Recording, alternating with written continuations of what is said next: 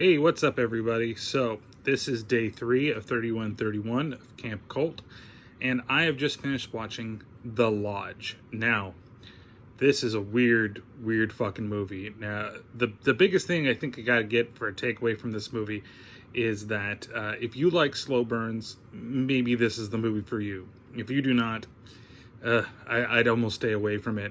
Uh, it's uh, it's weird, right? It seems to take a long time to get started. Well, okay, it doesn't take that long to get started, and it's weird because Alicia Silverstone is like right in the beginning of the movie, and she fucking offs herself. I mean, it's within the first like 5 to 10 minutes of the movie, so I feel like I'm not spoiling anything, and I'm really not going to try to spoil anything else from this movie, but it just uh, it just gets weird from there. So, what's the basic premise of this movie? What are we looking for or hoping to see while we watch this movie? So, the first thing is that, like I said, mom dies because she finds out that her ex, soon to be ex, wants to expedite the divorce, and that, you know, she can't take that anymore, so she kills herself.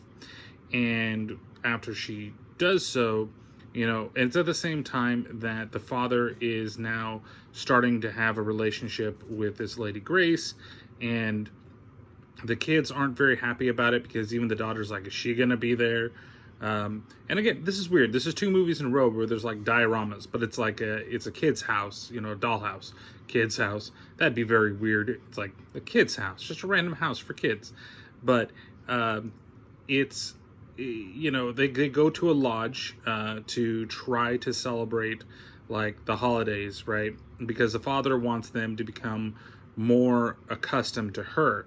Now, they're all weirded out because the mom used to be involved in a religious cult when she was little, and she's the only survivor of that cult. Like, everybody took the Kool-Aid, they all killed themselves, they had like masking tape over their mouths that said sin, and she was actually recording it. And it's weird because the kids find that out because the dad, I guess, was researching stuff to write a book or something like that, and that's how he met her, and then he ended up falling for her, which in and of itself is also kind of weird. But I guess it's weird, like Stockholm syndrome-ish type thing. But maybe it's because she got out of it, and he was just really interested in what it was, and I really don't know. But it's kind of like, here it is. So they go to this lodge. He has to leave for work. And then, so she's left with the kids. And the kids are really just total dicks. Because the son, who's played by the kid that played the young Bill in It, they don't want anything to do with her. And he actually blames like her for his mom's death. And so they manage to find all the stuff about her. And they go to the lodge. And then weird shit just starts happening. You don't know if she's necessarily crazy. You don't know if some of the stuff is going to get to her, because she gets kind of weirded out by some of the religious stuff that's up in the lodge because of her past, right? And so a bunch of stuff start happening. Things go kind of crazy. And then it's really like the last act that kind of picks up again. But everything in between the dad leaving and this last act of the movie is just so fucking slow. Like, it is ridiculously slow, and it's really hard to pay attention. Like, I know Hereditary is a long movie, and some people might be like, oh, I can't keep going. But it holds your interest so well. At least I feel like it holds my interest extremely well, right? Here, I've got some of the similar vibes that are going on in this movie, but it just could not hold my interest at all until the last act. And even then, I was just like, okay, it's weird. But I'm still like, ending is a little shocking. It has definitely a strange ending. It does kind of fit the film. The kids just really needed to not be such fucking pricks. That was my biggest takeaway from the film. Like, I get it, your mom killed herself, but it's your kind of, like, you can't blame other people for what, somebody chooses to do in that situation, and they don't really blame the dad for, I guess, breaking the relationship. It's just kind of weird. Like, I wish maybe we had seen a little more of that. Like, the dad actually gets some stuff. Like, they're mad at him because, you know, they're bringing this other woman into their lives, into their, you know, this relationship. And, like, less than 6 months after the moms killed themselves, he's going to marry her. So I get it. Like, that part I totally do get. And, you know, there's a little bit of animosity there between them and the kids, especially with the son being quite a bit older. There's some real good imagery in this movie. It's shot really well. They do a really good job with angles and sweeps, and a feeling of claustrophobia, I guess you could say. Since there's some really tight shots that are in there. But ultimately, I just feel like it falls short. Like, it was meant to be something a lot bigger than it was, and then it just wasn't, it just didn't pan out the way that I was hoping to, because I've heard some good things about it.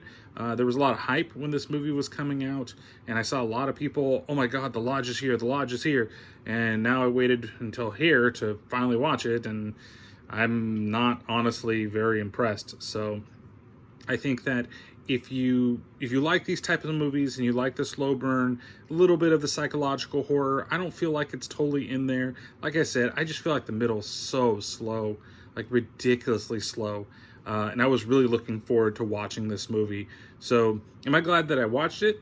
Kind of. You know, I'm not saying like that you want to, like, you have to go and watch it now.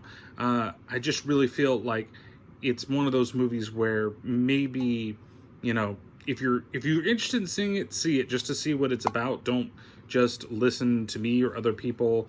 Make your own opinions of movies. But you know, I think there's probably some people that really like it, and there's going to be a lot of people that honestly don't, and I happen to be in the latter category. So I'm going to give this one 2 out of 5 Flamin' Dolls.